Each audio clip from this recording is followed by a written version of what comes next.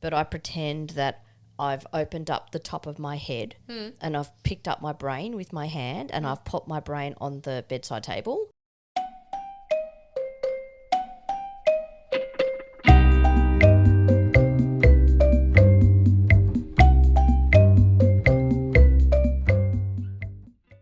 Well, hello out there. You're Irene. And you're Lee. And this used to be Wellness Unfiltered, but now it's The Lee and Irene Show. Yay! Okay, so we have a confession. We did try to be professional. We had such a great podcast name. It was called Wellness Unfiltered. So official, so very, very brandable, but also not very us. Because here's the thing. Every single episode, every single conversation, every single time someone found us, it always came back to, oh, you mean the Lee and Irene podcast? No one was actually saying, oh, I love Wellness Unfiltered. They were saying, have you heard these two, Lee and Irene? So we thought, you know what? Let's just make the show the Lee and Irene Show. We are still talking about all things unfiltered because how can we not? But it was always the show, and now we finally caught up with it, haven't we, Lee? We have caught up with it. It's going to be the same chaos, though. The same oversharing, the same wellness rabbit holes. Just more of an honest name now, I think, don't you? Yeah, I think so too. I really love it. The Lee and Irene Show. Because with all the humility we can muster, we are the show. We are really diva, aren't we? We so are. It's all about us, Lee. Now, Lee, my person, my co-host, the woman who texts me at 6 a.m. already sounding cheerful. How was your week? Well, honestly, it was a pretty supercharged one, actually, because I've been doing a lot of prepping for my latest book launch, and I've been doing some pre-publicity as well. So my brain has been going pretty fast this week, to be honest. I'm usually that person still working till 2 a.m. in the morning, which I know is really terrible. And I think our guest today would definitely have something to say about that. But I did take my dog Oscar for an early beach walk this morning, and I feel reset already. You know, the light, the water, the dappled sunlight through Palm Beach in winter, it is as glorious as ever, as you can see out of the window. It is absolutely beautiful. It's my husband's birthday today, so it is. So we all had a lovely breakfast up at Palm Beach. Did you? Yes, and the sun was on my back. Yeah, nice. And it was so lovely. And then the sun went away, actually, and it was cold. So it's so nice to have the sun break through on a cold day. It is, and it's the first week of winter. Did you know Oh, that would be why it's so bloody freezing. It's cold, but the sun is out. Yeah, which is nice. the sun was really nice. So I need your help, which will become very obvious very quickly. This week featured, as many of my weeks do, a guest appearance from 3 a.m. Not sound remotely relaxing. Oh, yes, wide awake. Not for a reason. My brain has had a very organised list. Business stuff mostly, things not done, things said, things that might happen, things that almost certainly won't happen. But what if they do happen? You know what I call that? What? I call it the loop. The loop. Yeah, the worst part isn't even about being awake. It's just lying there thinking. I keep thinking, I need to sleep. Yeah. I need to sleep. What's wrong with me? Yeah. I'm going to be so wrecked tomorrow. And this is the thing.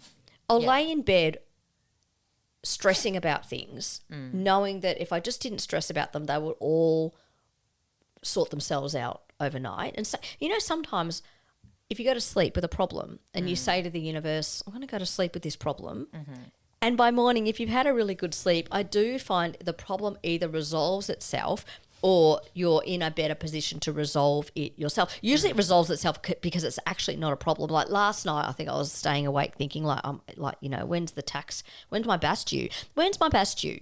Is my BAS done? Like what? Why am I thinking about that? You know, at 3 o'clock in the morning. So I guess it's when your mind is, you're kind of going through the trajectory of the day, I guess. And you're also anxious, I think, about being anxious about sleeping. So it's like that vicious cycle, I think. And do you know what I do when I can't sleep? And I heard this from a sleep expert some years ago. I actually say to myself, you know what? If I wake up at 2, I don't need to go back to sleep right now. I'm just going to lie here and I'm just going to rest my eyes. And then automatically I always fall back to sleep. But if I put that pressure on myself to go back to sleep, I find, it's like reverse psychology. I find that, it's interesting, isn't it? Yeah, well, back to what I was saying before, though, and I'm definitely going to ask this question of our guest today. I heard that it's a real thing, the saying, just sleep on it. Yeah. It is a saying that actually, I think I always say this, the scientific research, I'm sure I saw a study on TikTok, that the scientific research behind the phrase, just sleep on it, which goes back to every single problem we have. If we could just sleep, by the time you wake up in the morning, it usually resolves itself. You know what? I woke up and guess what? My bus was done. It was lodged and paid. Was it? Yeah, I did it. I surprise myself sometimes. Well done. Yeah, I don't know what I was worried about. You know what? I feel our guest today, she's been booked specifically for us. I genuinely think she was too, even if she doesn't quite know it yet. All right, beautiful humans, here's what we've got for you today. In What's Popping, we're sitting down with the lovely Dr. Amelia Scott. Amelia is a clinical psychologist, a sleep researcher, PhD, and a lecturer and founder of Circa Sleep. We're going to go into the thing that nobody really explains clearly enough, and that's the cycle of insomnia and sleep anxiety. I think I explained it really well. Yeah, I mean, that's that 3 a.m. loop that you just described, right? But there is a clinical explanation for why it happens, and a way that has nothing to do with, magnesium gummies or a silky eye mask. I thought you were going to pick on my Oura ring for a second there. Oh no, your Oura ring is safe for the moment. Your Oura ring is safe for the moment. And we're going to have some answers in the blink of an eye. Oh, and yes, we've also got our Womansplain section. And Justin reliably has a question for us to explain to him. And I have a 60-second rant, or it could be a rave, but I'll sleep on it and let you know. All right, well, let's get into it. Here is What's Popping with Dr. Amelia Scott. Amelia, I am so pleased to introduce you as our guest today, because sleep is one of those things that touches absolutely everything. Your mood, your hormones, your gut health, your skin, how we show up in the world, how we cope with things. And yet, I think it's really an area where so many people are just quietly suffering and assuming it's normal. So Dr. Amelia Scott is a clinical psychologist, as I mentioned, and a sleep researcher with a PhD in clinical psychology, completed in 2019. She's a lecturer, a board-approved clinical supervisor, and the founder of Circa Sleep, a practice built around evidence-based psychological support for people who are stuck in poor sleep. Amelia, welcome to the show. Thank you for having me and for such a warm, complimentary introduction. Before we get into the science and solutions, I do want to ask you something personal first, because you could have gone anywhere with your psychology career. Trauma, eating disorders, relationships, the field is so vast. What pulled you specifically towards working in sleep? That's such an interesting question, and I'm not sure I have a very interesting answer, other than I just thought it was really, really compelling.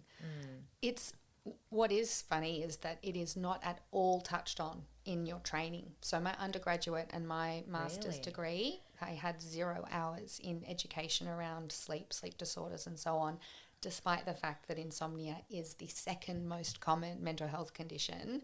Wow. So because it is so common, I saw it a lot in some of the early patients who I saw. And I also came across a few interesting talks and papers in my early research career, and I was just really drawn to it. And so I did a lot of extra training and kind of turned my research attentions towards sleep.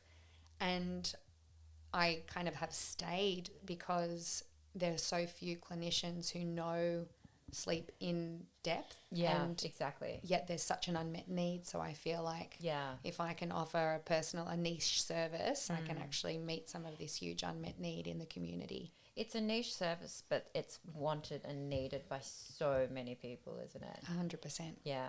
It's a bit like when you were talking about not really studying, you didn't study any sleep in your degree. It's a bit like doctors. They study 20 hours of nutrition. Did you know that? Yeah, I heard that, and that just blows my mind. Yeah. And a lot of them say to me that they really would want to study more nutrition. And yeah, it's interesting. They probably wouldn't prescribe so much medication if they did. Am I allowed to say that? Yeah. So Circa Sleep, apart from me, because I'm obviously your perfect patient, because it's exactly what I need, because I am the world's worst sleeper, and that's because I don't want to sleep. And I think that it's not even that I can't sleep. I don't want to sleep. There's a deep, deep understanding throughout my whole body that if I sleep, I'm going to lose out on something the next day. But apart from me, what other types of clients are you seeing? A real diversity. I did say in a talk recently that if you get a patient or a research participant who has insomnia, but they don't have any other things going on for them in terms of their mental health, so no anxiety, depression, no past trauma, and they don't have any health conditions and they're not in menopause or perimenopause, they would be called a unicorn.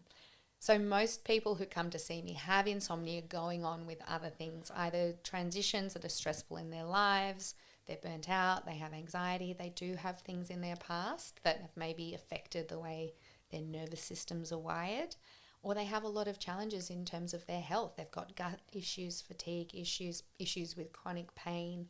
So insomnia rarely happens in isolation. Can I just ask, what exactly is insomnia? What is that? So the boring and dry answer to that question would be if I just regurgitated what we'd call the diagnostic criteria. Yeah, could you? Because I think we all think of insomnia as like you can't sleep. But Yes. like it's got to be more than that, surely. Yeah, because we need more. We need more words in our diagnostic Bibles. Because does having a cup of coffee at 7 o'clock at night or having a V at 4:30 for me, for example, that's not insomnia. That's just I've had too much caffeine. That's just sleeplessness.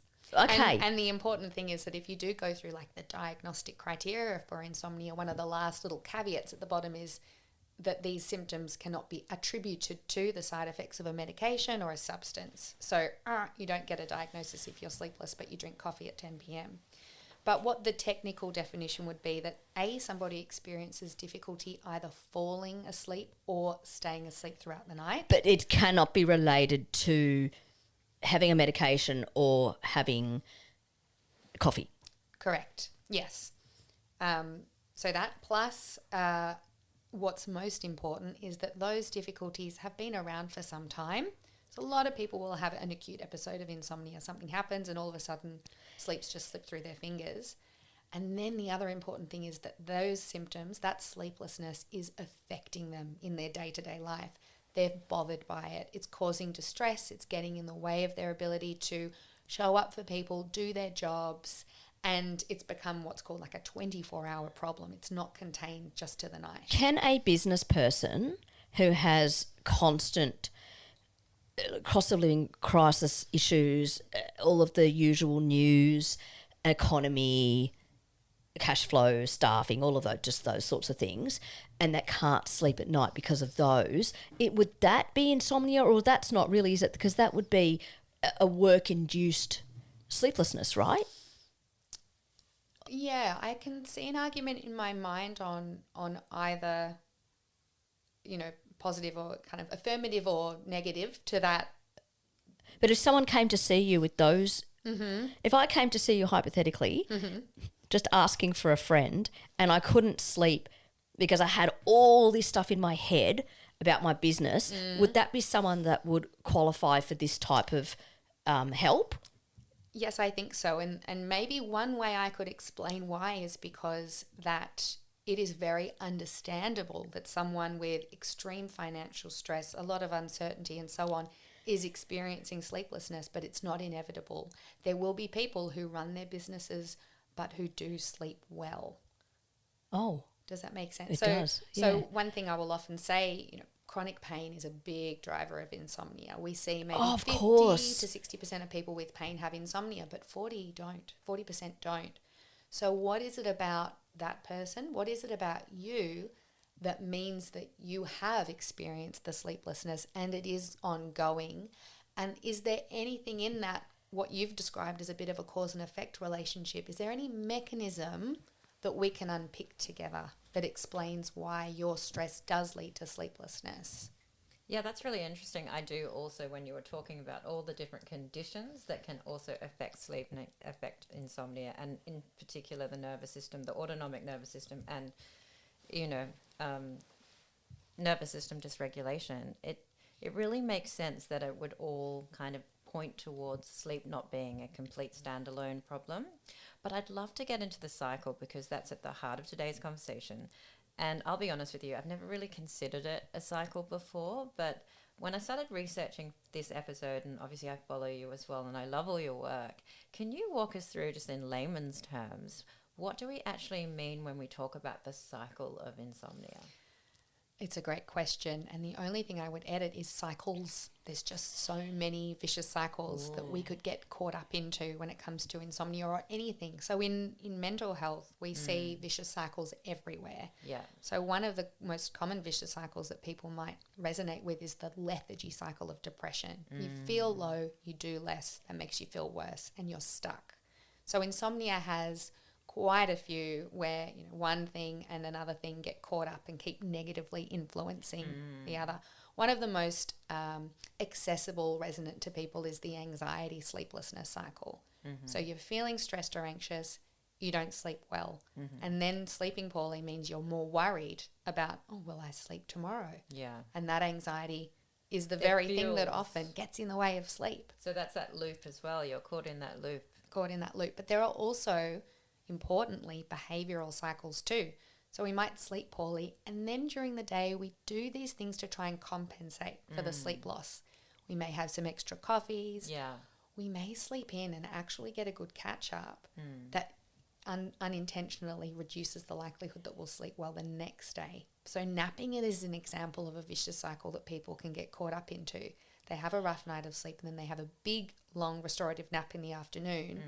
And then So they're not napping's sleepy not good, enough. because I thought napping was good if you nap for 20 minutes. Oh, I thought you're supposed to have a power nap. I can't. Me I mean, I too. can hardly sleep during the night. Imagine trying to have a nap during the day. I wish I could, but I thought it was good for you. I don't think there should be a universal yes or no around naps. I think for some people it's definitely getting in the way of their sleep in the evening. And then for other people, especially a lot of people who I talk to with insomnia would say, oh, well, I could never nap anyway, so don't come and ask me if I'm napping because you don't even understand how wired I am. That's all how I day." feel. Exactly.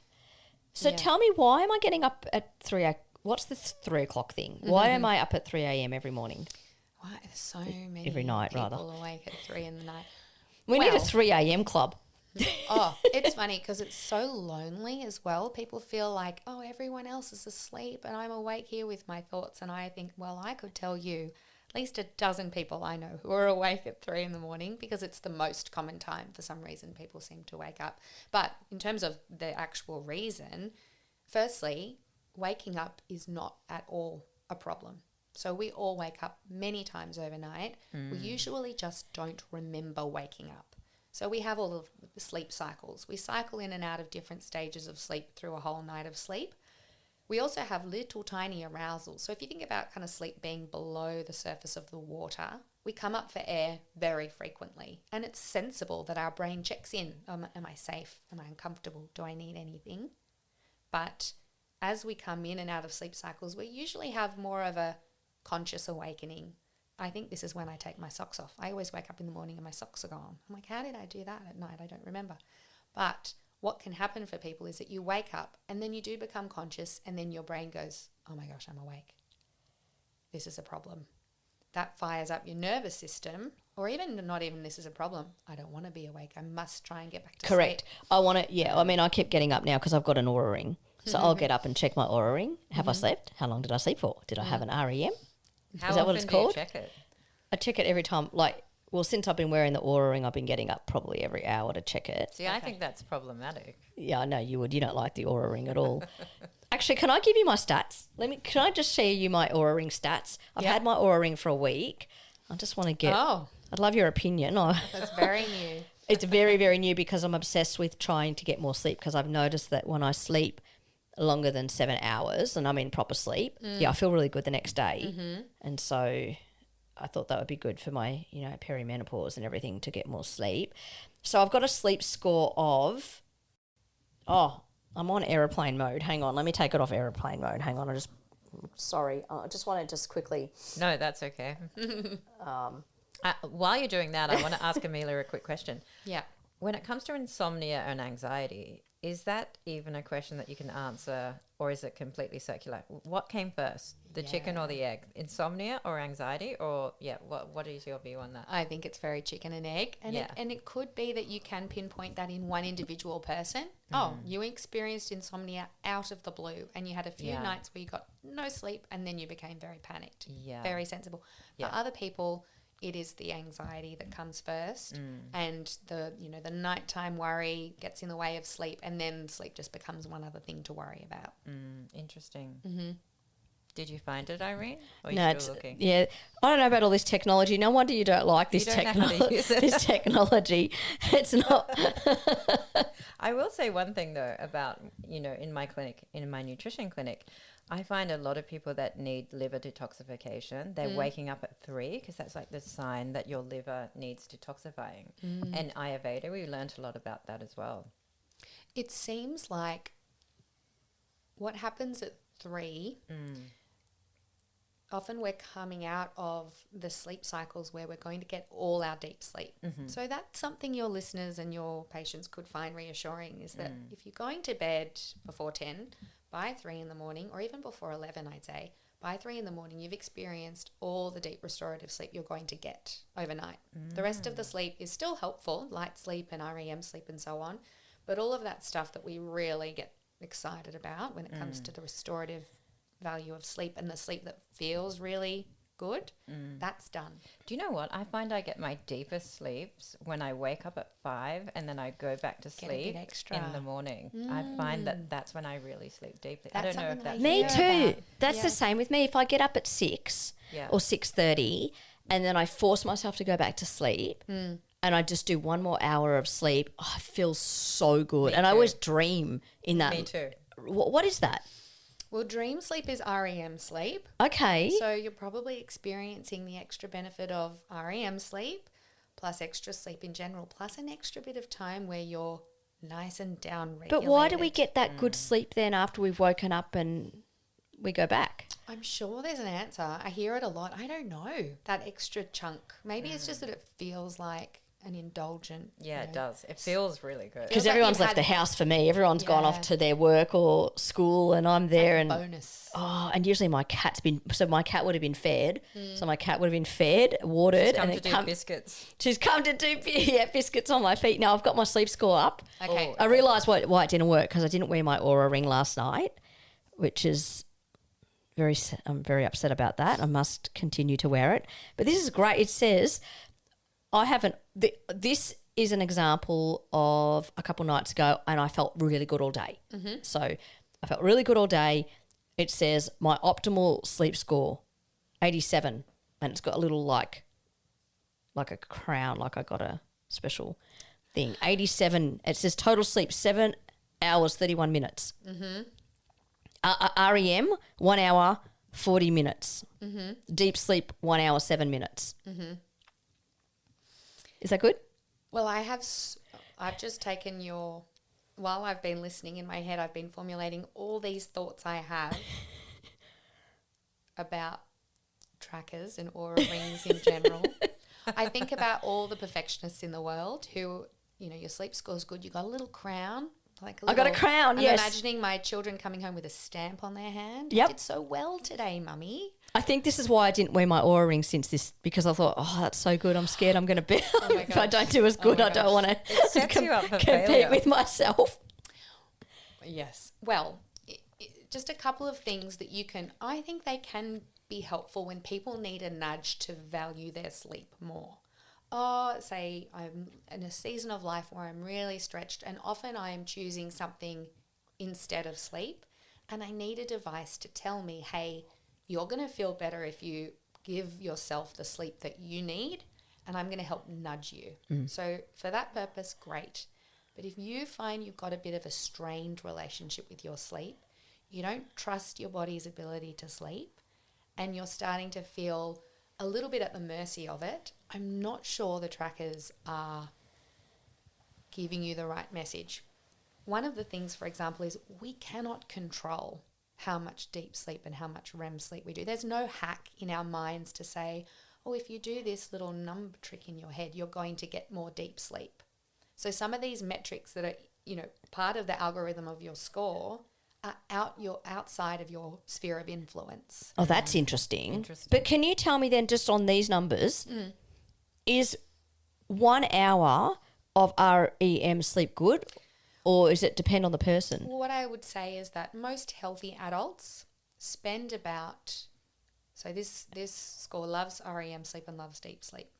Most adults spend about 15 to 20% of their total sleep time in deep sleep. And Okay, so this says 22%. Yeah. And that is it's like probably there's probably some nice analogies with nutrition. Maybe it's like the protein or the fat. Yeah. You need some, but if you only ever ate that, or if you only ever got deep sleep, you'd be missing out on the benefits of I love that. all of the other nutrition, vitamin, minerals, So you're not supposed to have 7 to 8 hours of REM or deep sleep. You're just supposed to have, because they say 7 to 8 hours, isn't it? Isn't that what people say? Yeah, everyone varies, but yeah. What do you say in your clinic? Everyone varies. So what's the... Well, I also heard that if you have less than a certain amount, it can lead to premature death. Well, and this is where I get very cranky. Okay. That's why I got my Oura ring, because I want to live longer. See, that's fear marketing. It's fear marketing. Sorry, Works. but it is. People, if I can be really frank, people are telling you that because they've got something to sell you. Exactly. Yeah, it When you worked. look at the science that captures short sleepers, and by short sleepers they define that as people who sleep for less than 6 hours in every 24 regularly, you do see a small increase in their relative risk of early mortality. But once you factor in statistically their pre-existing health, that association disappears. So a lot of the studies that look at either too short or too long sleep duration and track people's outcomes over time, they are what we would call confounded by their health at the time. Interesting. Can you have too much sleep? Definitely. Really? Yeah. So again, it's the same thing. So once people start getting over 9 hours of sleep, we see the risk of psychiatric, metabolic, cardiovascular mortality. We see all of that higher.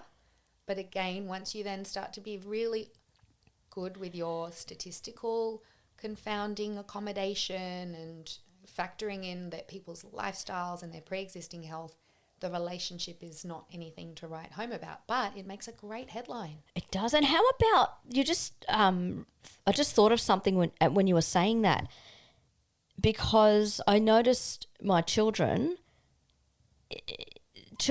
tend to sleep less when they're younger, and as they're teenagers, because my son's a teenager, he's sleeping 10 hours on the weekend, and I go and check he's okay and breathing, but that must be to do with like hormonal changes and growing as a child. So Definitely. does sleep change as you Yes. get older? So one thing I would say about how much sleep we need is that it changes between individuals. So you and I probably need different amounts of sleep, and it changes within individuals. So you as a person, your sleep needs will change over time, depending on your age, depending on your lifestyle, depending on your health.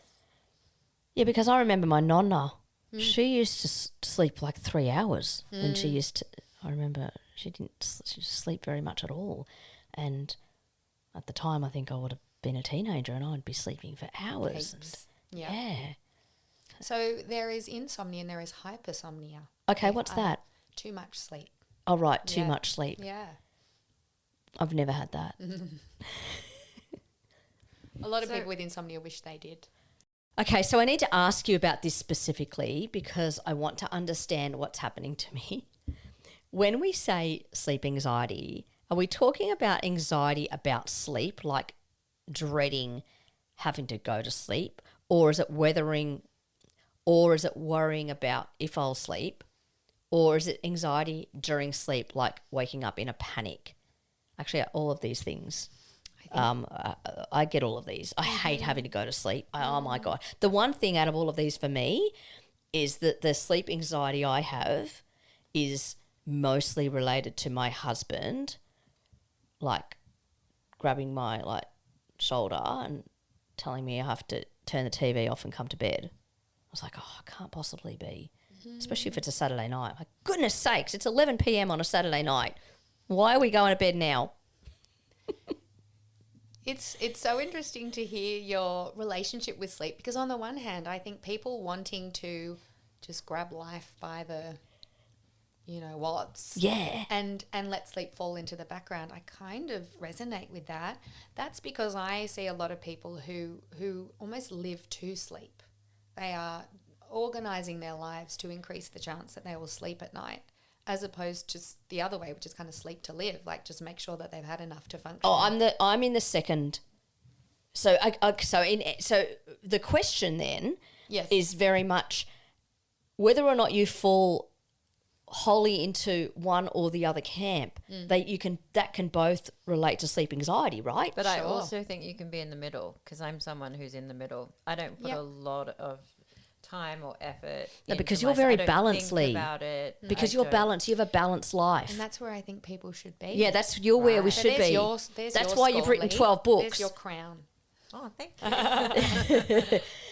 I often, when I give talks, I often talk about this idea of like the spectrum of enthusiasm about sleep, where on the one end you've got people who are sleep neglectors. Yeah. They don't pay attention to their health. It comes with probably a whole other list of things that they do that aren't great for them. And then way up the other end, you've got people who are really anxious about sleep. And then in the middle, you've got people who have a trusting relationship who aren't too consumed. It's almost, if you think about a relationship, on the one end, you've got people that are like, I'm not for relationships. And then at the other end, you've got the people who are like, please don't leave me. I'll do anything. I'm going to start tracking your movements and checking in with you all the time and smelling you when you get home in case you've got someone else's perfume on you. And then in the middle, you've got people that are like, I love you. I trust you. If you go, you'll come back. No, I'm obsessive, and so I'm either one or the other. But I was thinking about this as well. Would you say that performance athletes are really diligent, like they're in the camp of they've got to make sure they're in bed by a certain time so they can get up and do their training at a certain time? Like, think of it like an Olympic athlete. They would be really diligent. I mean, that's a really interesting. I don't think too much in that realm of like in performance enhancing sleep. I'm usually trying to get people from poor sleep to good enough sleep, not like get it right every time. I can imagine that a lot of performance athletes feel a great deal of pressure. What's interesting is that usually if you have a really rough night of sleep and you're pretty wired and you've got a lot of adrenaline on board, your next day performance is probably not going to be hugely impaired. It's usually the day after the next day. Oh, that's interesting. Yeah, I've just realised all those thoughts I had about the Oura ring too, because I guess when you get your score, you're thinking, well, this is my little prognosis for the day. Correct. Which I don't love. Am I going to have a good day? An 87% sleep score and a little crown means yes. And what I think is if you have a look at that score and it's bad, then you may even psychologically just fall into the trap of going, oh, I feel so tired today, even though you maybe not. 100%. That's why I didn't wear it last night. I just left it on the side because I thought, I can't deal with the stress of it telling me I haven't slept well. And we have data to back this up. You take a group of people, you randomise them into two groups. One group get told your sleep was terrible, and the other group get told you slept really well. And irrespective of their actual sleep, the group that get good feedback, they feel better, they do more things, they feel less tired. The group that get bad feedback, they cancel more plans. That's unbelievable. Actually, I believe it, but that's unbelievable. So it's the placebo effect. It's called the nocebo effect. Yeah, because it's the opposite direction, right? So you're giving someone an expectation of harm or fatigue or pain or what have you. And then that mere expectation creates a reality. And that's the issue that I have with these devices personally. Yeah. You know. So you've got to take any feedback in the morning with a grain of salt, or I would say defer your judgment till you've woken up. And I wouldn't even say till when you've woken up, because a lot of people have what's called sleep inertia. You wake up, you feel a bit groggy. A lot of my patients will say, I've never woken up feeling refreshed. A lot of people never wake up feeling refreshed. Usually means you've got to get a bit of sunlight, get some hydration, maybe even put some food in your body, and then make a judgment about how you feel. I completely agree with that. You did mention before hyperarousal. I want to know a little bit more about that. I want to understand what that is and how it affects the body. Hyperarousal is the term that sleep medicine use for chronic activation of the body's stress response. Mm-hmm. So the fight or flight response that most people seem to know about these days, but I can explain if you think, I think most people know what that is. Yeah. It's essentially, when our nervous system starts to prepare us for threat. Mm-hmm. And we know that the conditions of modern living usually see us feeling stressed out a lot of the time about things that aren't usually life or death. Mm-hmm. Hyperarousal is just that consistent state of chronic nervous system activation. Mm-hmm. Some people like to split it into different types of hyperarousal, like physiological, so having your heart rate always elevated, blood pressure, what have you. Cortical or cognitive, so like a racing mind, busy brain, lots of thoughts. Emotional, so feeling quite emotionally on edge, irritable, and so on.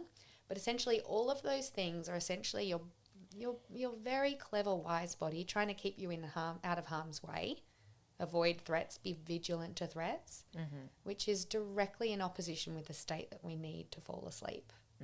So if you're in a state of vigilance and your brain is thinking, oh, there's something I've got to be on alert for, that makes it really hard to form the conditions that you need to relax into sleep. And also even harder for the people that have gone through specifically childhood trauma or trauma, because their body is constantly in a state of hyperarousal. Exactly. So no matter what they do, physiologically, they're kind of hardwired because of the trauma to have that hyperarousal all the time, right? Exactly. Yes. Yeah. And often that's when, fortunately, you can still help people with their sleep, but often there's a few low-hanging fruit that we would pick therapeutically to get their sleep as good as it can be, and then the work is often the deeper work of whatever modality, trauma processing or healing, somatic or what have work. you. Exactly. Yeah, yep. Exactly.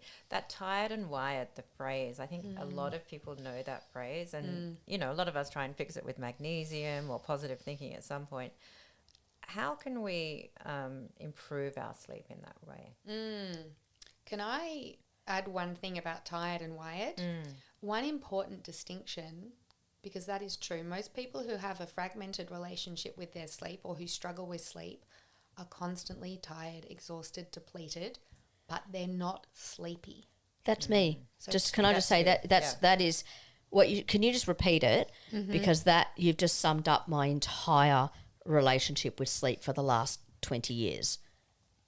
So tired, exhausted and depleted, but not sleepy. Because I have had every single possible test for chronic fatigue, for adrenal fatigue, everything. And every single test has come back, like blood work, everything, that there is nothing wrong with me. But that is the diagnosis right there. What is that? Well, I guess what I'm getting at is that tiredness and fatigue, as you've been on a journey with, has a huge range of potential causes. Dietary causes, inflammation, psychological causes, being a constant worrier, ruminating a lot, having histories of trauma. It can be as simple as not drinking enough water. Sleepiness is simply caused by not enough sleep. And sleepiness is defined in a boring way as how likely you are to fall asleep. So if you're lying in bed reading a book and you've noticed that your eyes are starting to feel heavy and the urge to sleep has come over you, that is sleepiness. Tiredness isn't that feeling. Tiredness is just yucky, brain fog, heaviness in the body. That isn't the same as your likelihood of falling asleep. And people with insomnia are tired but not sleepy. Well, I'm tired all day, but then at night I feel pretty awake. So if you have chronic insomnia, it's a 24-hour thing, as you mentioned before. It's not just a nocturnal thing. What are some of the daytime symptoms that you might experience with that? Tiredness. A lot of people will say they're irritable, more emotional, like it's hard to cope. people tend to have sleep in the front of their minds a lot throughout the day. Is it overwhelmness? Like the Feeling just the overwhelmed. smallest thing is just I'm so. Sometimes if I don't have enough sleep, the smallest like thing makes me like the garbage truck comes down the road and I'm so overwhelmed I can't cope with that like truck. Yeah, like a low tolerance for frustration or other emotions. You know, it's the straws break the camel's back. And how about food? Is there a link between that and poor nutrition? I'm just going to grab something naughty to eat or crave Yes. For a V. a V and a Mars bar. Yeah, I think anecdotally, in terms of the things I hear from my clients and also a bit of your own common sense when you've gone without sleep yourself, is it's just harder to inhibit yourself in helpful ways. So it's harder to have, I guess, what would colloquially be called willpower, you know, to be disciplined and to make hard choices throughout the day. Yeah, because life is about, particularly when you're in business, but even now with everything that's happening in the world, now more than ever, we really do need our wits about us all day. And I mean, I can tell you firsthand, having a really good night's sleep really helps you with having your wits about you. I agree. And I also think, however, that we're now in a situation where sleep's become a big area of interest. And there are people walking around saying sleep is your superpower. It is going to deliver you all the ingredients you need to thrive during the day, which I agree with. But we have made the stakes of sleep really high. I agree. And I have a lot of people who will say, I cannot afford to be tired. And so we're putting a lot of pressure on our sleep to deliver us with all the restoration that we need. That's during how the I day. feel as well, and that's why I asked about the athlete because I'm now treating my sleep, hence the Oura ring and all of those things, as my life, and I'm treating my life and my business as if I'm an Olympic athlete. And what would an Olympic athlete need to do in order to conquer and win that gold medal at the end of the day? And one of those things would be, 8 hours sleep. I'm assuming. Well, the average person needs 7. So 8 hours might not ever be within your grasp. But yeah, I guess I got 7.5 the other night, according to my Oura ring. It's and so that's really flirting with the like optimize your sleep to optimize your life kind of story. Love that story. Yeah, and it's I get it, and I mean I also love my sleep. I have young kids, so I've learned quite recently and quite intimately that I can cope, even though I have a wait till they disturbed become night. 15 and then you can sleep for 10 hours. I actually read something else recently, and that is people that get scammed with money are often saying that happened because they had poor sleep or they were tired and they just weren't thinking. They'd had a really long day, they had a really poor sleep. They took the phone call that they thought was from the bank and they gave them the PIN, all of those things. Have you noticed in your practice that people are making poor decisions through lack of sleep? Well, what I would say is that once sleep's become a thing for someone, once they have an identity, I am a bad sleeper, it kind of becomes the lens through which they see things like this. Oh, no, I don't like that because that's how I'm doing. That's what I'm saying right now. I left my car keys in the fridge. It's because I didn't sleep well last night. Exactly. Oh, I forgot that colleague's name. And all that's doing is building a theory in your brain that your sleep is broken, and as a result, So your these brain people are is really just broken. using that got scammed. They're just using sleep as an Well, excuse, really, aren't they? I wouldn't say they definitely yes or definitely no. I think it's really understandable. We have these biases in how we process information, and we have a confirmation bias. So if a device says you slept poorly, well, you might not perform well today, and then you put a typo in an email, you go, I know Exactly. why. But you could have done that anyway. Yeah, I agree. Amelia, I'd love to talk about treatment because Yes. this is where you do something that I think takes real intellectual honesty.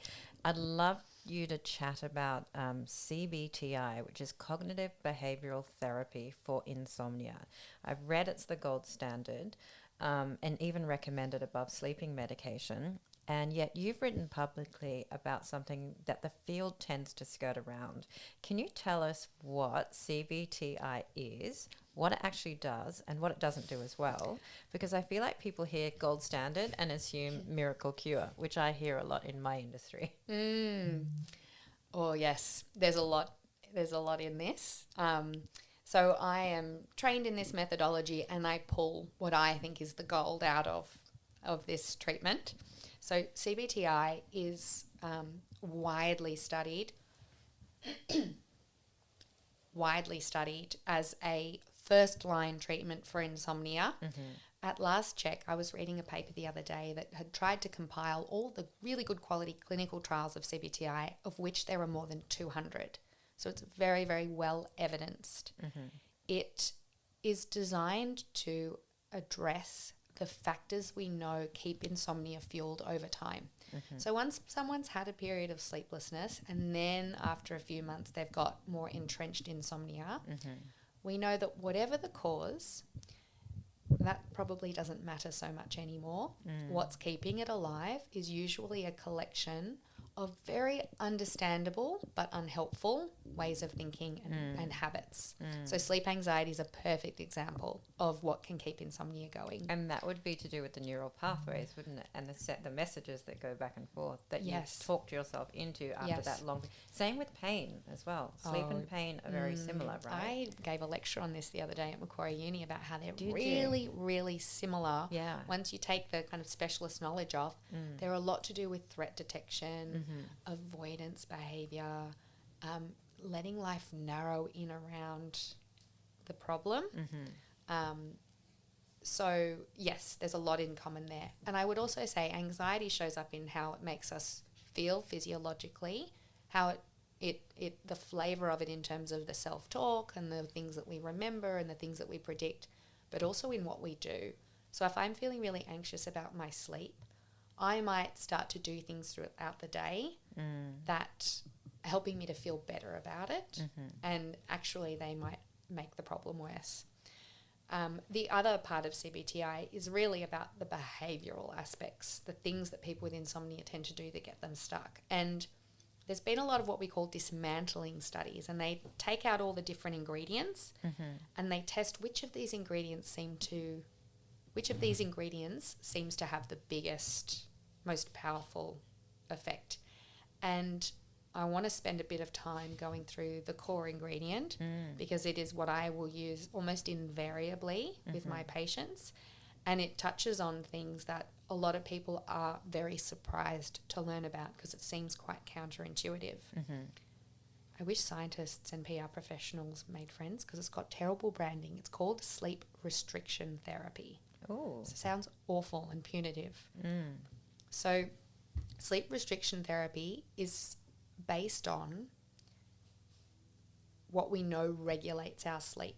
So we probably know a bit about the body clock, right? Yep. 24-hour internal rhythm influenced by our exposure to light and dark. That's where a lot of sleep hygiene comes from. We have this part of our brain, the suprachiasmatic nucleus. It's like our internal master clock, ticks away every 24 hours.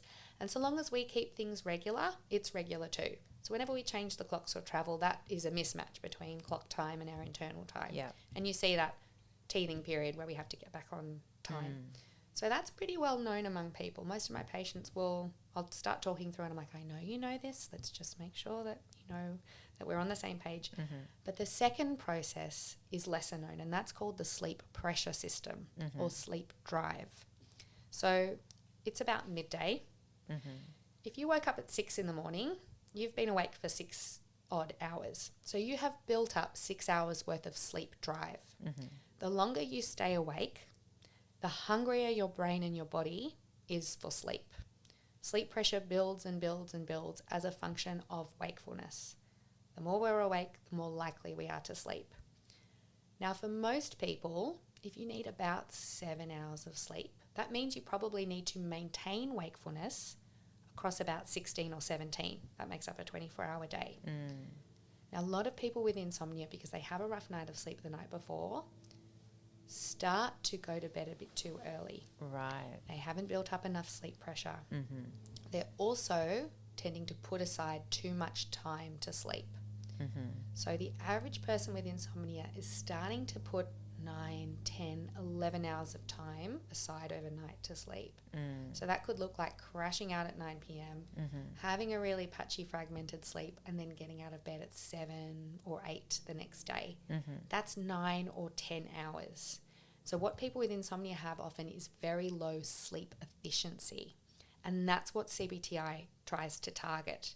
And we do that by temporarily restricting the opportunity that people put aside to sleep. That is to build their sleep pressure or their sleep drive and to make their sleep efficiency higher. So it gets a little bit technical and mathematical, but often, you know, if you take the textbook application, people will usually complete a sleep diary over a week or more. Yeah. And we take an average. How much sleep are you getting on average? Usually people are pleasantly surprised that they're getting a little bit more sleep than they think they are. We just tend to remember the worst nights and forget the good nights. And what's actually really distressing for people is the boom and bust, that they could have a night of no sleep and then a catch-up night. It's really hard to predict, very variable. So we say, I've got someone, her name is Jane, let's say, and her sleep diary shows me that on average she's getting about 6.5 or 7 hours of sleep, but she's going to bed for 9.5 or 10 hours. Her little behavioural prescription is for the next week or so to put only 7 hours aside for sleep. So like, let's say... I love that. Yeah. I want to That know how makes she sense to knows me. how much sleep she's getting though. Well, this is, I mean, this In the gets, sleep this diary. is a huge can of worms because we're not very good at guessing how much sleep No, we're not getting. because sorry to bring it back to the Oura ring, but the Oura ring was an eye opener for me because I thought I was getting whatever 7, 8 hours sleep, but I've been up a lot in the night, and so does that count? Or when you do a sleep diary, is it just when you do you put in your sleep diary if you get up in the night? In your sleep diary, you do put, you know, when you go to bed, how long it takes you to fall asleep, how many times you wake up, and for roughly how long. Oh, okay. So it's just like a manual Oura ring. Yeah, it is. Okay. But I mean, the big question is, who knows the truth? Because some people with insomnia will have a wearable or a sleep study say, hey, you got 6 hours, and they will have an absolute recollection of every waking minute overnight, and they'll go, no, I slept not a wink. And this gets into really complex stuff about how the brain can be asleep and awake at the same time. And Can it really? Oh, Do you know what I love about this? I love that you're talking about the magic of CBTI and how it's transforming people's relationship with wakefulness, not just with sleep. I love that about that because it's a real mindset shift for people, especially when they're awake at 2 a.m. And the thing is, the 2 a.m. wake up might still happen, but the spiral doesn't have to follow it, right? 100%. I would have two things to add about the 2 or 3 o'clock wake up. One is trying to get back to sleep. Putting in effort is usually the enemy. Sleep is one of the very few biological processes where the harder you try, the less likely you are to succeed. Do you know what I do? Can I give you my little tip? Yeah.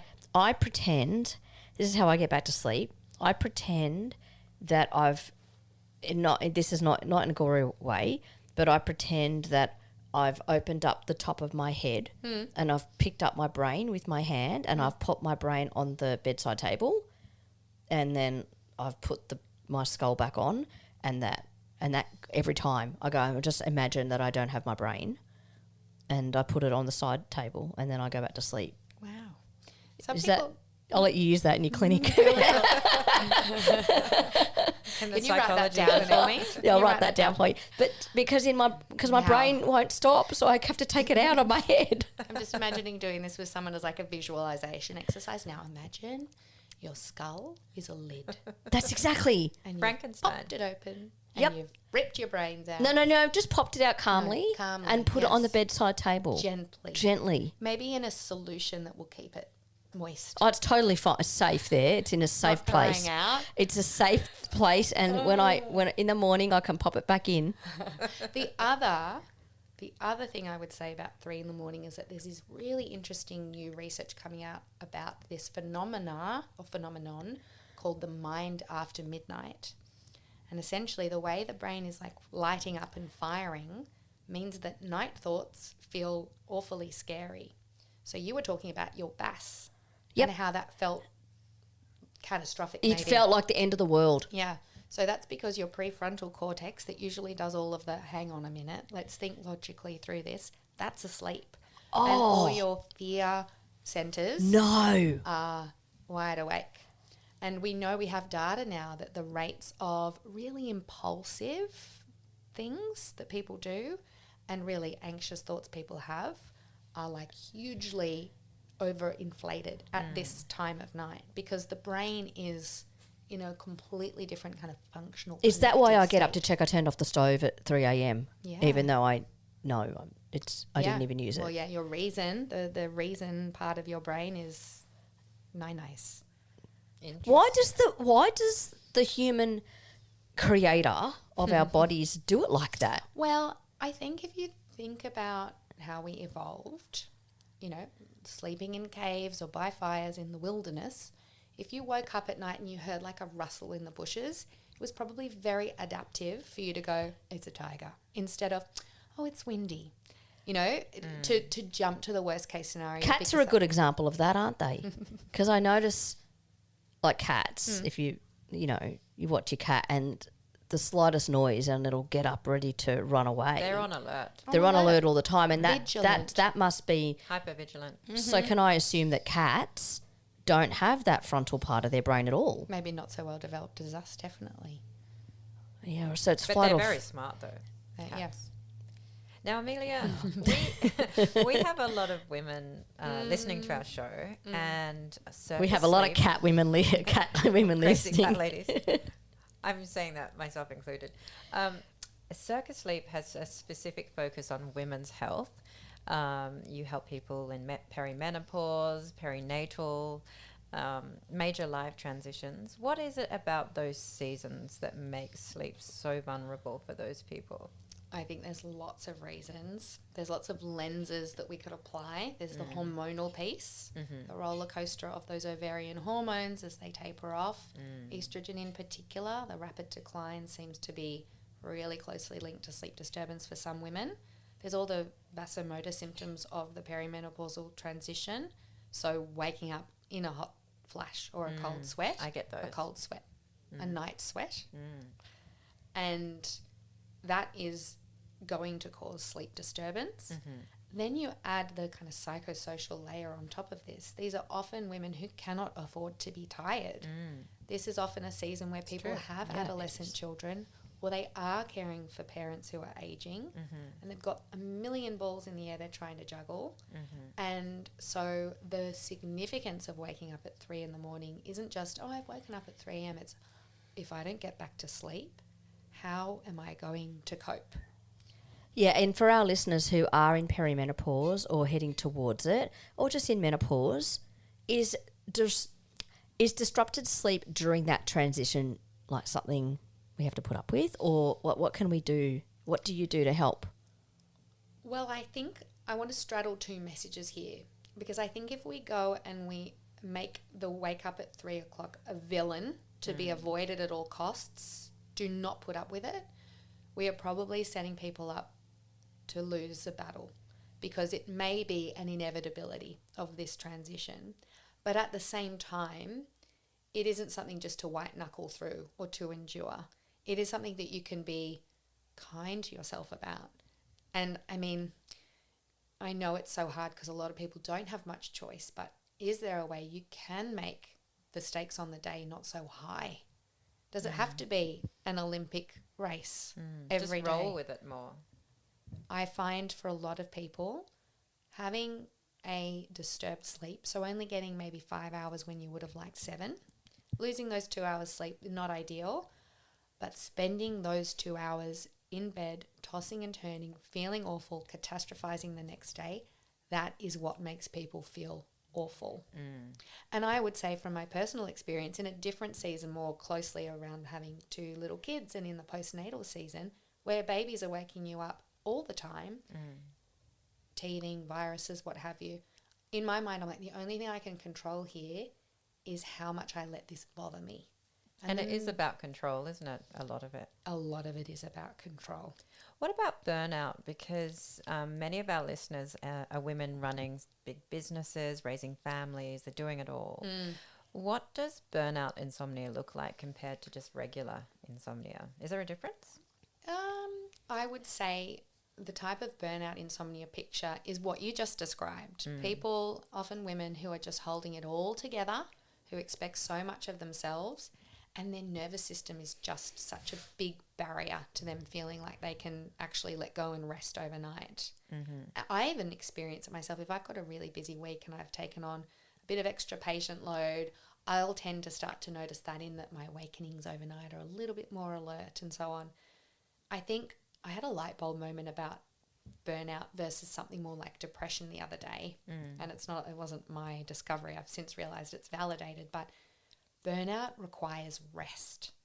Yeah, exactly. And depression often doesn't. Depression often requires people to get going and to do more and to maybe challenge some of their fears. But people who have insomnia burnout need to learn how to rest. Different to sleep.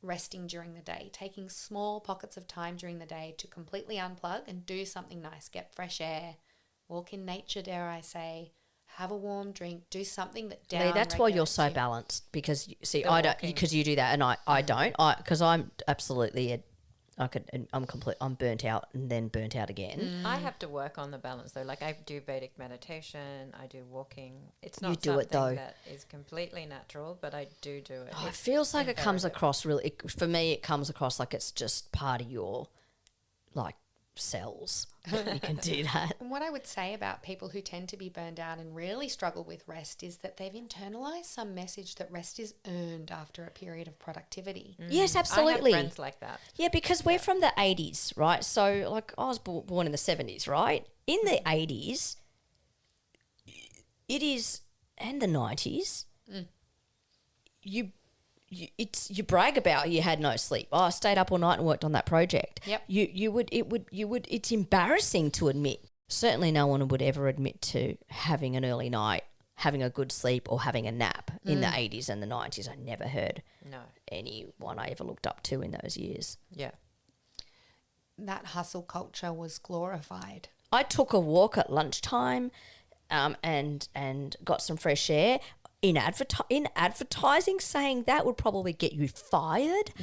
But now, you know, Lee can say, I went and took the dog for a walk. Like, there is just no way. Like, you would, back when I was working in corporate, you would say, yeah, I worked all the way through my lunch break and I stayed in the office until 10 o'clock.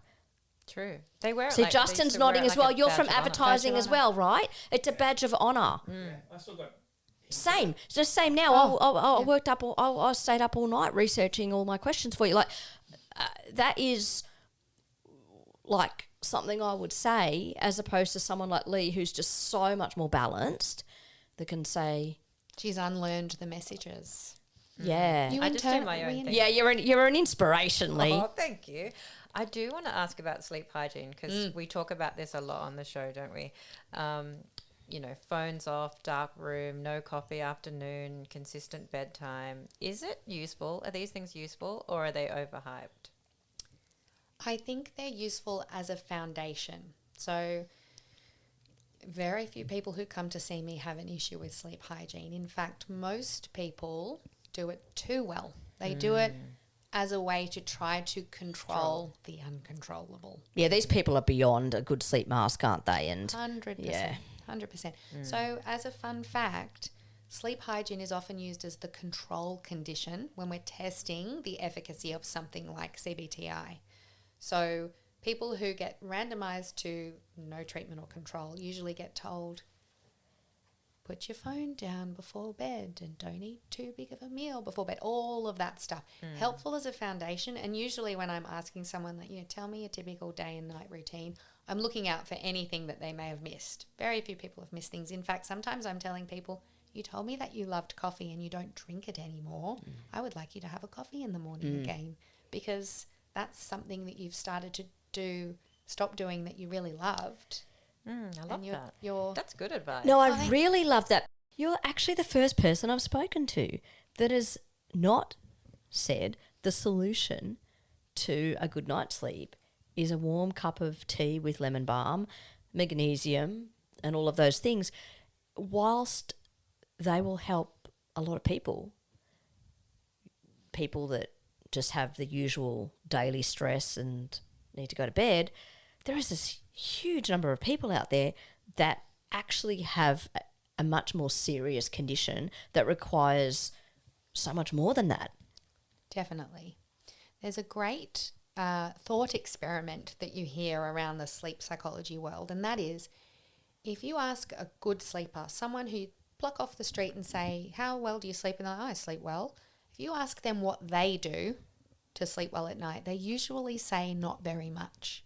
They hop into bed when they feel sleepy and they just let it happen, which tells us it's not something that we need to try hard about. In fact, trying really hard is usually what makes it worse. I agree. You see, I don't want to contradict myself, but that is me. If I want to go to bed and just go to sleep, I can just do it. All I need to do is go lay down, imagine that I've taken my brain out of my head, put it on the side table, and I'm all right, and then I'll drift off sleeping about some sort of social media strategy idea or whatever, and that's great. Yeah. And that's fine, and I'll have my sleep. But I don't want to sleep. And so is that psychological? I don't want to. Is that psychological as well? Like, I fight it. I fight sleep. You I fight sound like sleep my at night. two-year-old. I fight sleep. Yes, I fight sleep at night, and I fight sleep in the morning, like a 2-year-old having a tantrum. Well, you did tell me off air that you maybe prefer a late night and a sleep in. So you're probably a night owl. You probably have a delayed chronotype. And it's probably because maybe in the late evening hours you feel switched on, the most creative. Well, there's science behind that. Apparently it's called the second wind. And you There get is a that. second wind, Okay, yep. is that 10:30 or 11:30? Well, I don't know if I'm complaining. So we have what's called this wake maintenance zone. So you often have a dip in the afternoon depending on when you wake up. And then you have this big upsurge in alertness and energy and what have you. I get my second wind at night. Yeah. I would say if you did, I don't know if you should try this. We need to figure. I need to book an appointment, don't I? But it's interesting. Once you do this kind of sleep restriction therapy type of approach, which you also do in children that have big long bedtime battles, figure out how much they're sleeping, constrain their sleep opportunity. Children start going, "Mummy, I want to go to bed now. I feel sleepy." So I genuinely think that for most people, they should go to bed when they feel like sleeping. But I would also caveat that it does seem like some people are wired a little bit differently, or their life stories have been a little bit different, where sleep is something that they just never really want to do. Sometimes, getting very personal here, I'll end my personal experiences on this note. Sometimes I won't get up, but I'll be in bed and I won't want to go to sleep. I'll get my second wind at 11:30 and I'll decide this is the time that I want to log into Xero and do all of my reconciliation.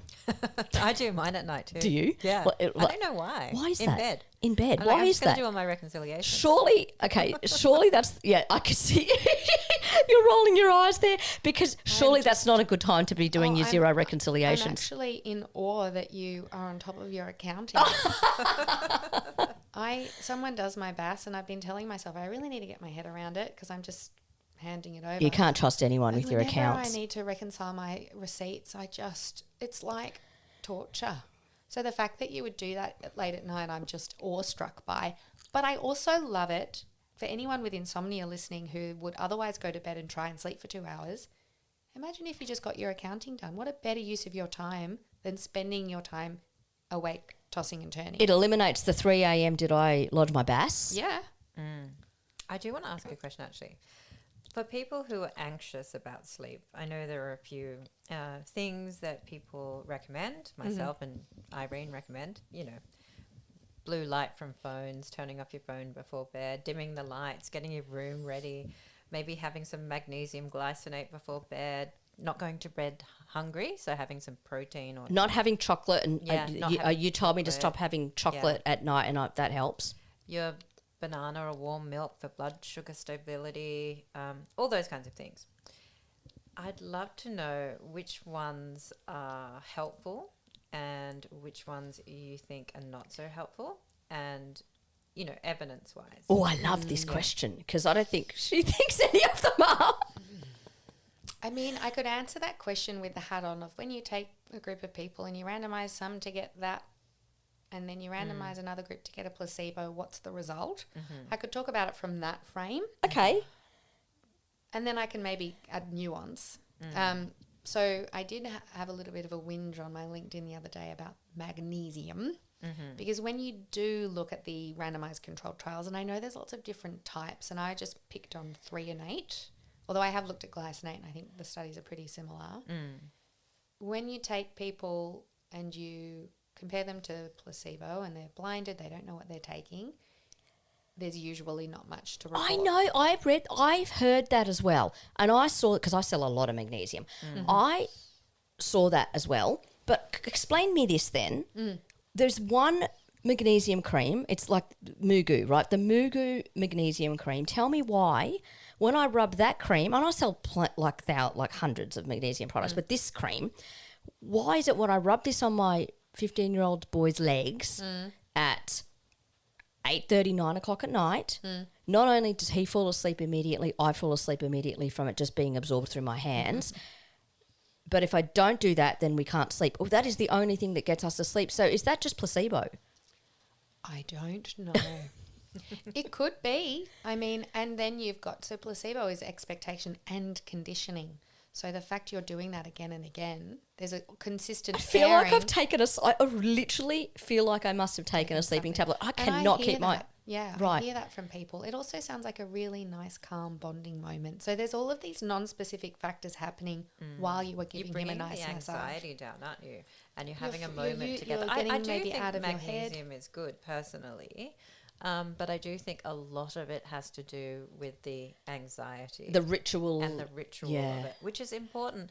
And even, if it is anecdotal, even so, if it helps, it's a really good thing. Yeah, And that can just I helps. say, if someone's taking magnesium, irrespective of whether or not it helps, there may be a subgroup of people who have some sort of a deficiency for whom it's really game-changing. Agreed. Well, apparently we all have some sort of level of magnesium deficiency because of, modern farming and all of those things. So that might be part of it. When you take a big group and you look at their results on aggregate, you miss the nuance that there might be some people in there for whom it was genuinely life-changing.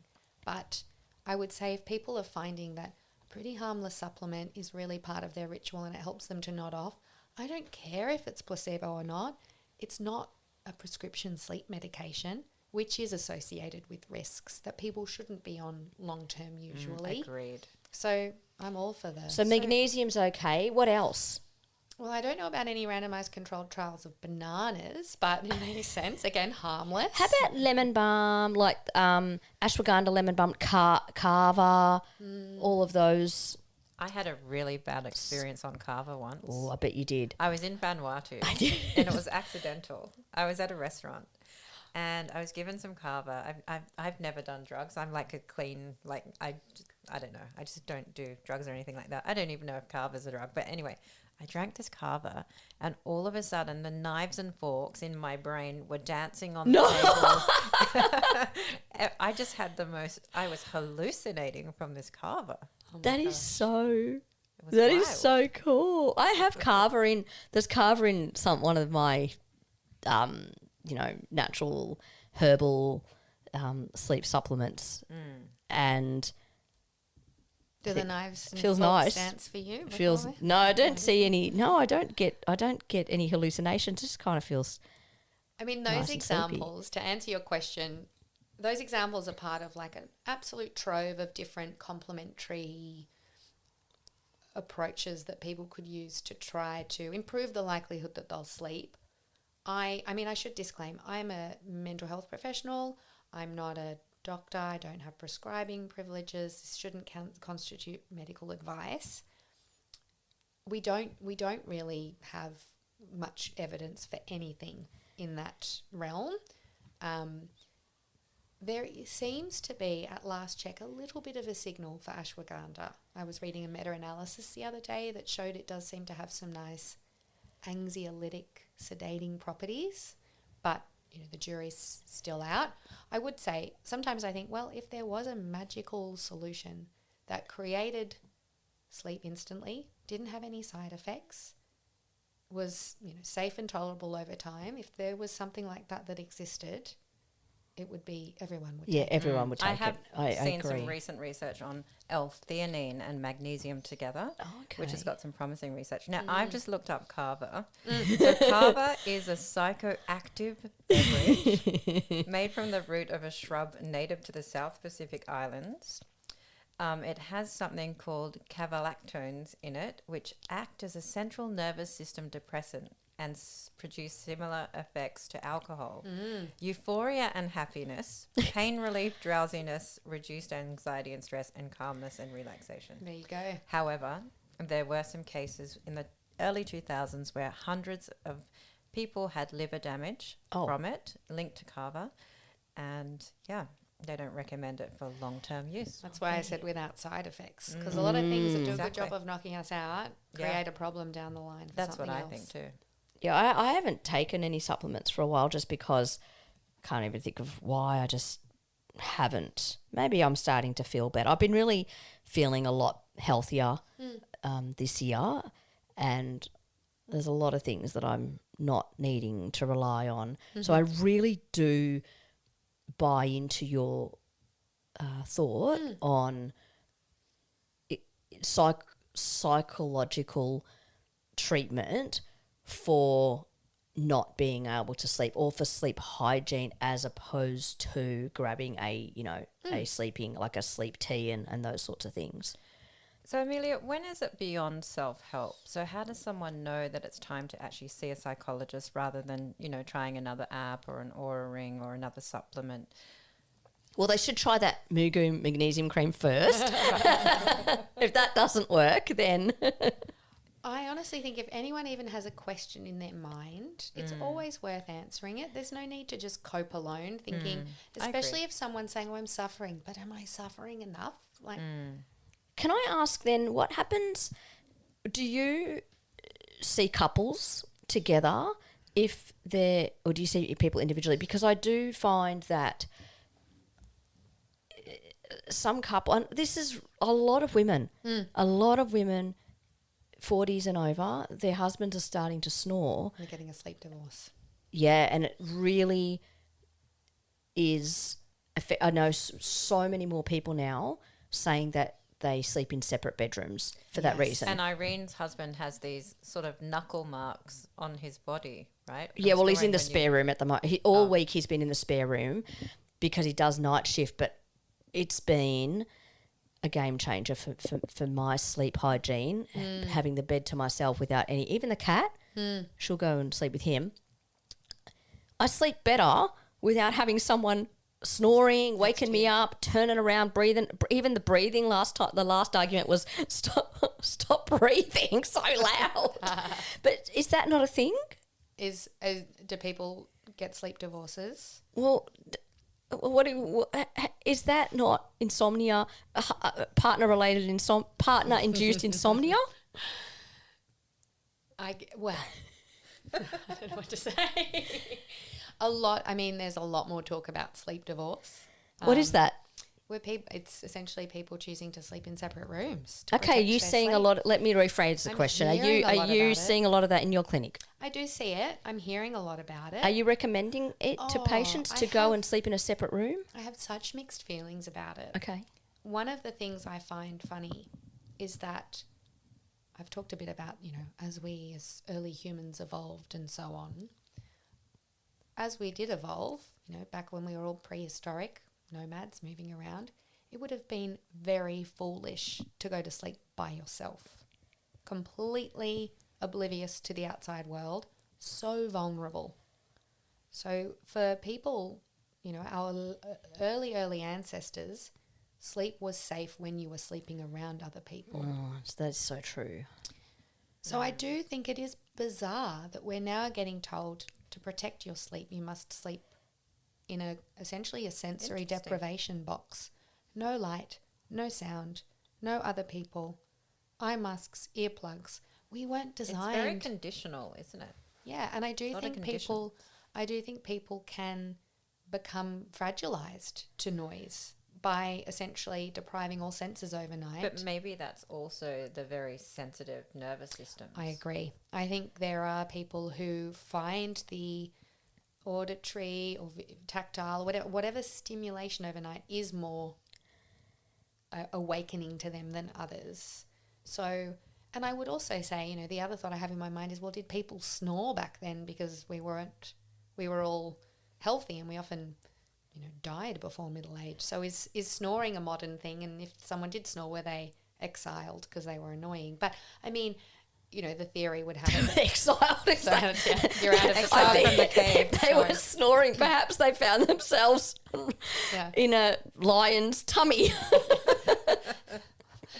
So, so I Amelia, Yeah. looking at your clinic, what does the first session look like? Do people come and see you? Do you do appointments via Zoom? How does it all work? And what would they expect from coming to your clinic or speaking with you? So most people come referred by their GPs or their sleep specialists. Yeah. So they come with a mental health care plan. And I see people via telehealth and also face-to-face. In the initial session, I try to remember to say some variant of the role of the first session is for me to make sure I can help you and for you to feel confident that I can help you as well. You feel comfortable to tell me what's going on and trust that I am It's going a big, can I just say, it's a big yes to all of those questions for me. If I was coming in to see you, you are the most calm, trustworthy, that's nice. clinically backed, and I really feel like you would really help me. That's so kind. Thank you. Do you like my idea about the brain on the side love it. table? Would I that love be it, okay yeah. if I said that to you in clinic? Or Yeah. am I allowed to keep that? Yeah, you made me think of some people have these lovely visualizations that they do, but that's one of my favourites. So, Amelia, before we let you go, where can people find you and what is the best way to reach out to you? So you can find me at my website. It's circasleep.com.au. Circa is spelt CIRCA. I've also recently joined Instagram. So if you want to follow me, you might move my follower count to 100. So It was 145 actually, because I know I'm selling myself short. I have a really lovely admin lady who is kind of onboarding people. I do have a bit of a wait list Yeah, at the I moment. can imagine. As you can imagine, it's because everybody is struggling to sleep. Yeah. And there are very few people out there to help. So maybe the clinic will grow eventually. But yeah, you can find me on my website. If you're interested in appointments, you can reach out to my admin, or if you want to get in touch for any other reason, I guess you can find me on my Instagram. Yeah. Or also via my admin, who's happy to send an email on. Well, what I really want to say about this is I love your warmth and your passion together. It's exactly what this space needs, I think. It's not that clinical coldness and it's not just wellness fluff. It's just honest, evidence-based care delivered by someone who really and clearly cares. So, Amelia, thank you so much for coming on the show today. It is my pleasure. Thank you for having me. thank you.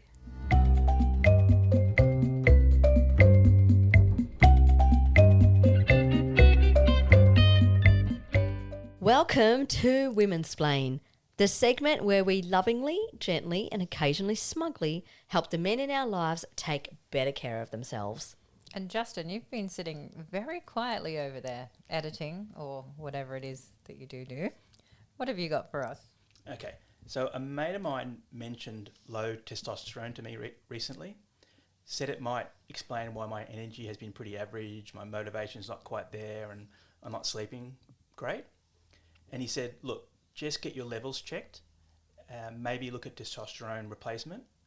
And as he's saying this, I'm kind of thinking, well, mind your own dang business and maybe stop thinking about my groin. But then I thought, well, Womansplain is a place I can take this topic. Is low testosterone just what happens when you get older? Well, Justin, I love that you asked this, and I love your mate for planting the seed, so to speak, because this is one of the most common conversations that I have and the myth that we need to bust. And the first thing that we need to bust is exactly what your mate suggested, and that is that low testosterone is just a normal part of aging, and the fix is a prescription. And look, there are absolutely men for whom testosterone replacement therapy is genuinely indicated and appropriate. We're not dismissing that at all. But the question nobody asks first is, what is actually driving it? Because before we go anywhere near synthetic hormones, there is a very long list of lifestyle factors that can lower your testosterone, and most men haven't addressed any of them. Okay, I'm sure you'll tell me, but what are they? And is sleep one of them? Well, we have been speaking about sleep today, and yes, sleep is very important for healthy testosterone production, and poor sleep can lower your testosterone levels.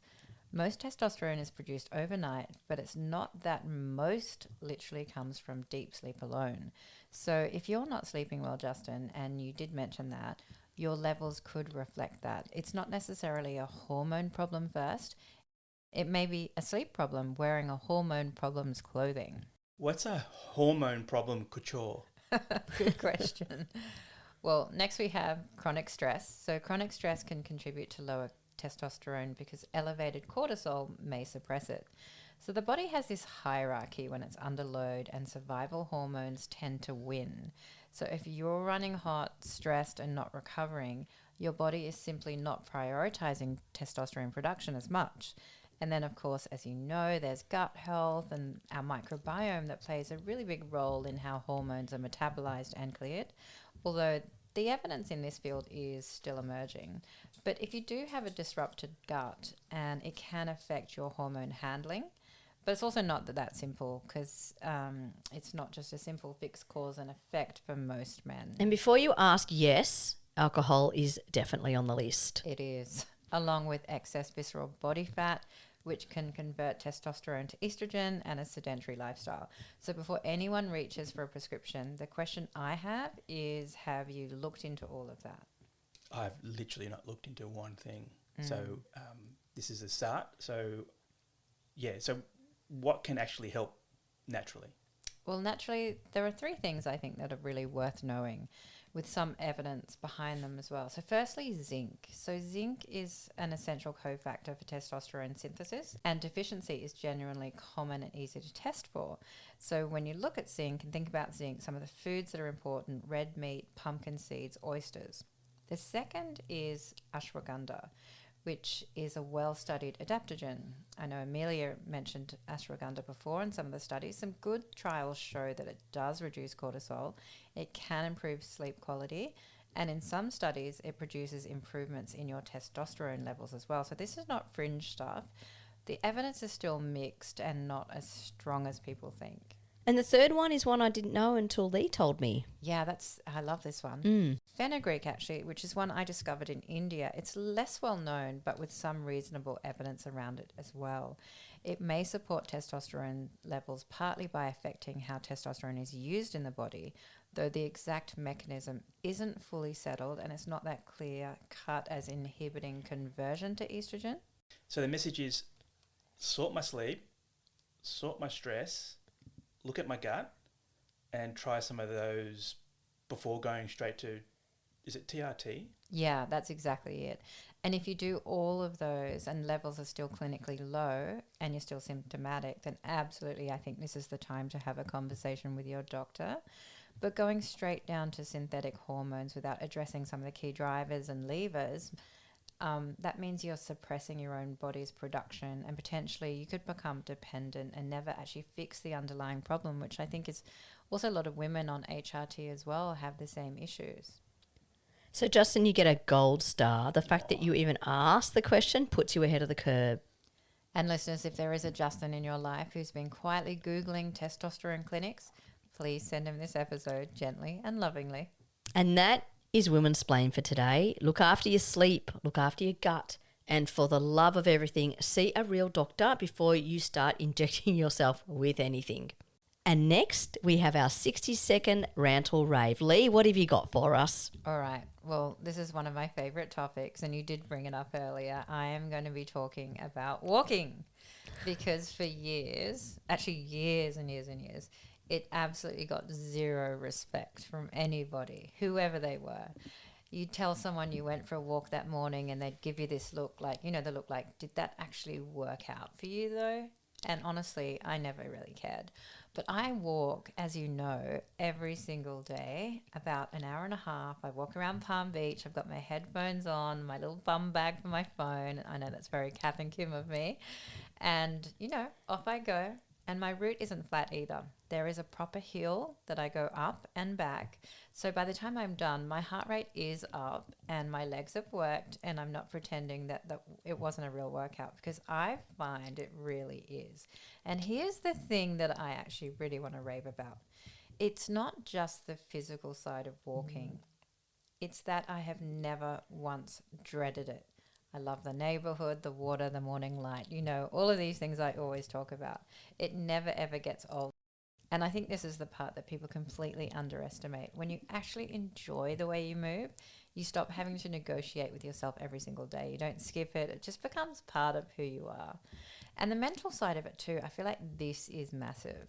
That walk is where I process everything. If something's weighing on me, I walk. If I need a creative idea, I walk. If I feel a bit flat or a bit wobbly, I just walk it out. And this isn't just me either. The research is so solid. A single walk can shift your mood. Regular walking reduces symptoms of anxiety and depression. It supports cognitive function. It's one of the most accessible forms of nervous system regulation we have, and it's free. And there's also the longevity science around it too. And I know you're really into the longevity science there, Irene. So I know Amelia, we had her on the show, the fitness expert and nutritionist, and she talked about zone 2 cardio. And she said the hill at Palm Beach wasn't zone 2, but for me, I truly believe that it is zone 2, because I feel like I am like really working my heart rate. So if that's zone 2, what are the stairs up to the cabin? I reckon there's zone 3. If there's a zone 3, there's zone 10. Yeah. Those stairs are zone 10. Yeah. And I feel like walking is definitely having this major, movement or moment in research right now. And when you look at mitochondrial function, insulin sensitivity, cardiovascular health, all of it, it's all really, really good. And so what we're looking at is something incredibly easy, effective, and it's gentle, it's sustainable, and it costs absolutely nothing. No membership, no equipment, no barriers. And just before I finish my rave, I'd also like to say what I love most about this shift is what it actually means. It's a move away from the idea that health has to become extreme to count, that you have to suffer to earn results. I don't think you do. All you need is a bit of consistency. You need something that you actually enjoy. You need something you still be doing in 10 years, not just 10 days. And walking really did that for me. It's always been a real workout. And I feel like the world is finally giving it its sneaker deal. I love that so much. And can I add to that? Yeah. Because for anybody listening who is like me that wants to go to the gym, and because why walk for free, Lee, when you can pay a membership and go to the gym? What I love about walking is for anyone like me that is a little bit uncomfortable going to the gym is, let me give you an example. I haven't been to the gym for, I'm going to say, 15 years.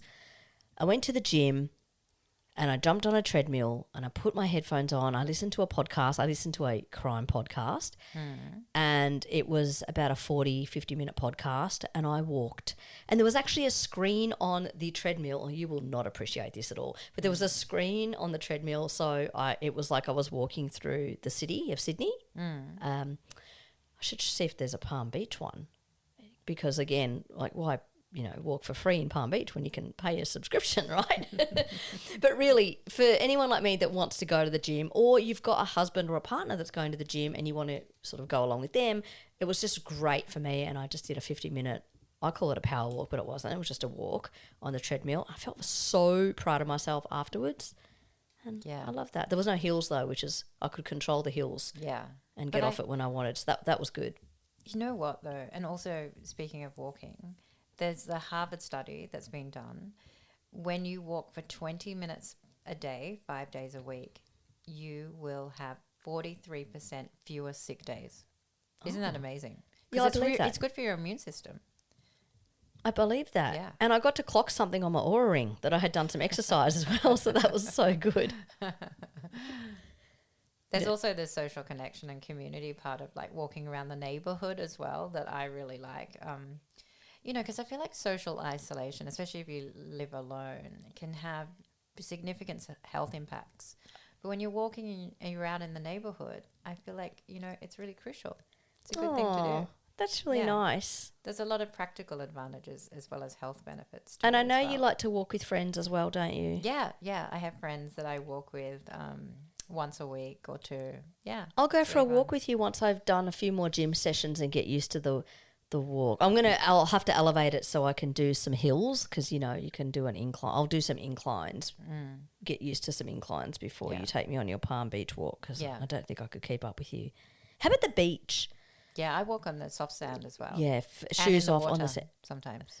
Just with my ankles in the water. Oh, to my ankles. Yeah, that would be beautiful. Yeah, it is beautiful. It is lovely. And that's why I love walking. It's my I rave. love that rave. Okay, what an episode. I feel like I'm going to need to go home and have a nap now in the best possible way. And it was really good that we finally understood what was happening to you at 2 a.m., you know, with Amelia. I think you should book it immediately. Absolutely, I will. Do it. Seriously. Okay, let's do a quick lap of what we covered today because there was a lot in this one. Dr. Amelia Scott walked us right through the cycle of insomnia and sleep anxiety. It was excellent. That CBTI conversation was so interesting, don't you think? And there's all the statistics and for anyone in perimenopause and postpartum or burnout, I felt like she was just so helpful, and it's good to know that there's actual evidence-based support available, and she's a good person to reach out to. She was amazing. We've spoken to lots of people about sleep, but she just looked at it from such a different angle. I'd never thought about sleep as a psychological component. Like I never even thought you can actually see someone from a psychological perspective to help you sleep. That just blew my mind because I'm usually just one to pop a supplement or, you know, drink some tea and put some magnesium on. So that was amazing for me. I love that side of things. And in Womansplain, we tackled low testosterone because it's not just aging. And the answer is not automatically a prescription. So sort your sleep, your stress, your zinc, your ashwagandha, even give fenugreek a go. And if you're fixing those drivers before you reach for synthetic hormones, I think that's a good thing. And us, we are now officially the Lee and Irene Show, formerly known as Wellness Unfiltered. Same chaos, new name. And of course, you can find us everywhere. Spotify, Apple Podcasts, YouTube, all of it. The links are in the show notes. And as always, if you're enjoying the show, please give us a review, subscribe. It really does make such a difference to how other people can find us. And we want to reach as many people as possible because we love doing this. We sure do. And if you have a question, a topic, a Justin in your life with a health myth that needs busting, slide into our DMs on Instagram. We are the Lee and Irene Show, and we actually read everything. And also, one last thing, just a little plug, a little promo for my new book, Eat to Heal. It is now out. If you want to go deeper onto the nutrition side of everything that we talk about in the show, the gut health, hormones, inflammation, this is the book for you, and I'll put a link to it in the show notes. And that is us. I think that's us. Same time, same name, next episode. Bye. Bye. Mwah. The Lee and Irene Show is a production of Clean Nectarine Proprietary Limited and Supercharged Food Proprietary Limited. It is hosted by Lee Holmes and Irene Falcone with editing and technical support by Justin Smidmore. It is for informational and educational purposes only and does not constitute medical, health, legal or financial advice. The views expressed are personal opinions of the hosts and guests and do not represent the views of Clean Nectarine or Supercharged Food. This podcast does not establish a doctor-patient or other professional relationship. Always consult a qualified healthcare professional before making any changes to your health or treatment.